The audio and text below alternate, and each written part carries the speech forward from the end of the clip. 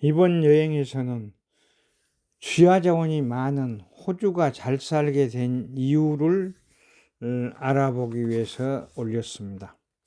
천연 자원이 풍부하여 축복받은 나라이면 틀림없습니다. 그런데 천연 자원이 많다고 해서 다 잘 사는 나라는 아닙니다. 그래서 천연 자원이 많은 호주와 지하 자원이 많은 러시아를 비교해 볼까 합니다. 2025년 1인당 GDP, 1인당 국민 총생산은 국내 총생산을 비교하면 호주는 세계 7위로 6만 1,340달러이고 러시아는 세계 62위로 1만 420달러입니다. 참고로 한국은 24위로 3만 5,569달러입니다. 이 통계는 한국은행과 월드뱅크에서 제공된 수치입니다. 2024년 인구 순위를 비교해보면 러시아가 훨씬 많죠. 9위로 1억 4,399만여 명이고 호주는 55위로 2,697만 4,026명입니다. 한국의 절반밖에 안 됩니다. 참고로 한국은 29위로 5,168만 4,564명입니다. 통계청과 유엔 통계입니다. 국토 면적은 러시아가 훨씬 넓죠. 러시아는 세계 제1위로 17억 982만 헥타르이고 호주는 6위로 7억 7,412만 헥타르입니다. 참고로 한국은 109위로 1,004만 4,355 헥타르입니다. 이 통계는 통계청과 국토교통부 통계를 참고했습니다.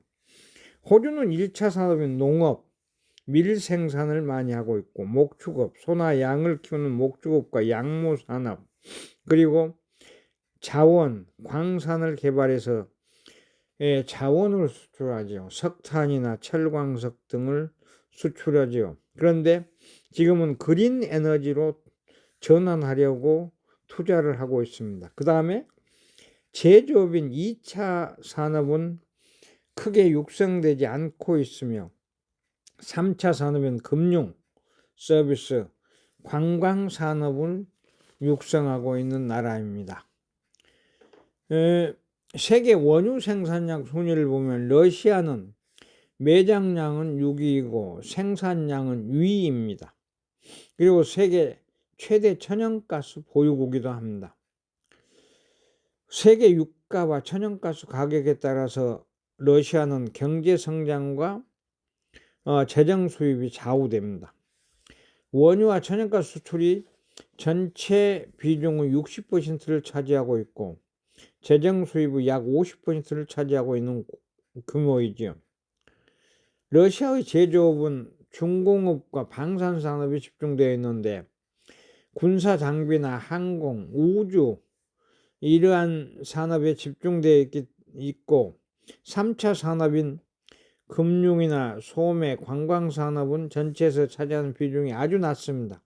그래서 국민들의 생활과 관계없는 제조업을 하기 때문에 국민들은 상대적으로 취약한 상태이죠. 석탄 생산량을 보면 호주는 5위이고 러시아는 6위입니다. 그 다음 석탄량 수출은 호주가 1위군요. 철광석 생산량을 보면 호주는 1위이고 러시아가 5위, 한국도 36위입니다. 천연자원이 많다고 해서 잘 사는 나라가 아닙니다. 대표적인 국가 중에서 아주 못 사는 나라가 있습니다.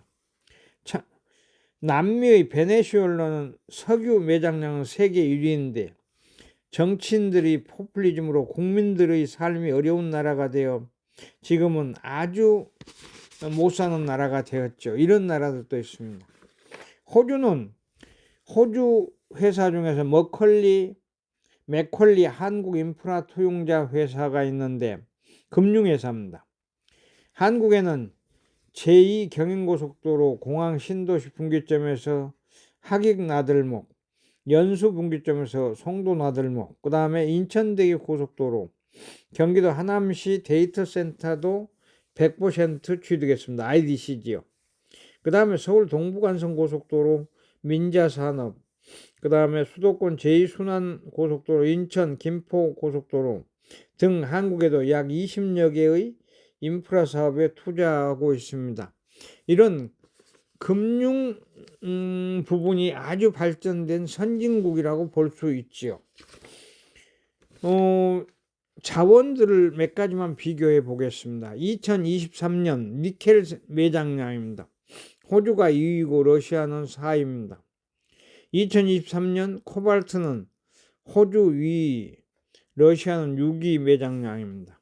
그 다음에 구리 매장량을 보면 호주는 3위로 1억 미터톤이고 러시아는 5위로 8천만 미터톤입니다. 그 다음 납 매장량은 호주가 1위고 3위는 러시아입니다. 아연 매장량은 호주가 1위고 러시아가 3위입니다.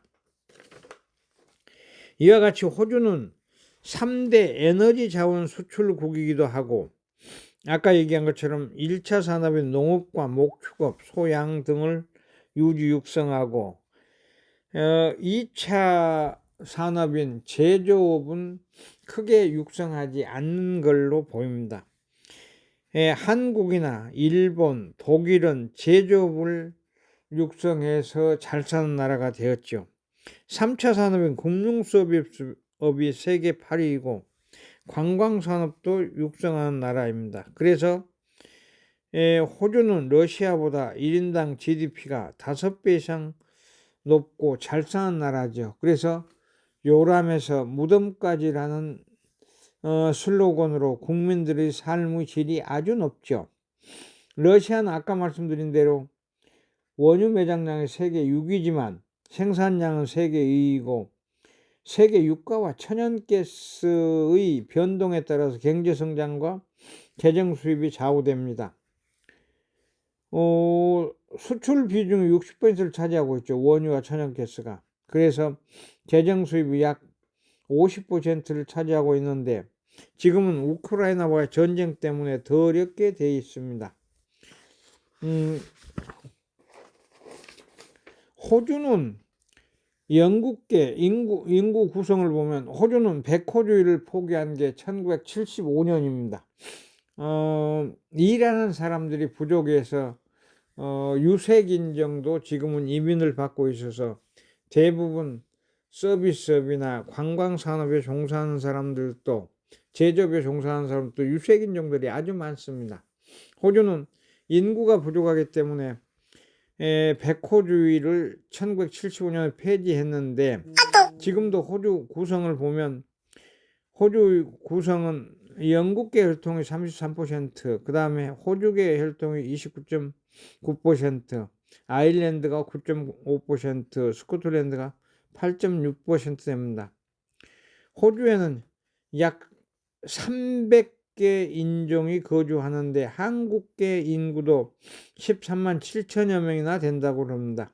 이건 호주가 인구 구성과 다양성을 보여줍니다. 호주의 동양계 인구는 중국인이 5.5%, 인도가 2.8%, 필리핀 1.2%, 베트남, 일본, 한국계 등이 있지요. 그래서 백인이 75%, 황인종이 5%, 아랍계가 4% 정도 되고 종교는 기독교가 52%, 이슬람교 2.6%, 불교 2.4%, 힌두교 1.9% 정도입니다.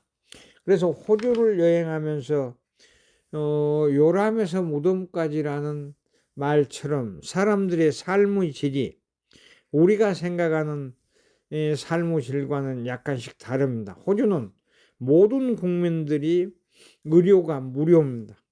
그 다음에 국민들의 교육도 교재가 없이 고등학교까지도 학교 현장 수업이 많고 국민들의 삶의 질이 아주 높은 나라라고 생각됩니다.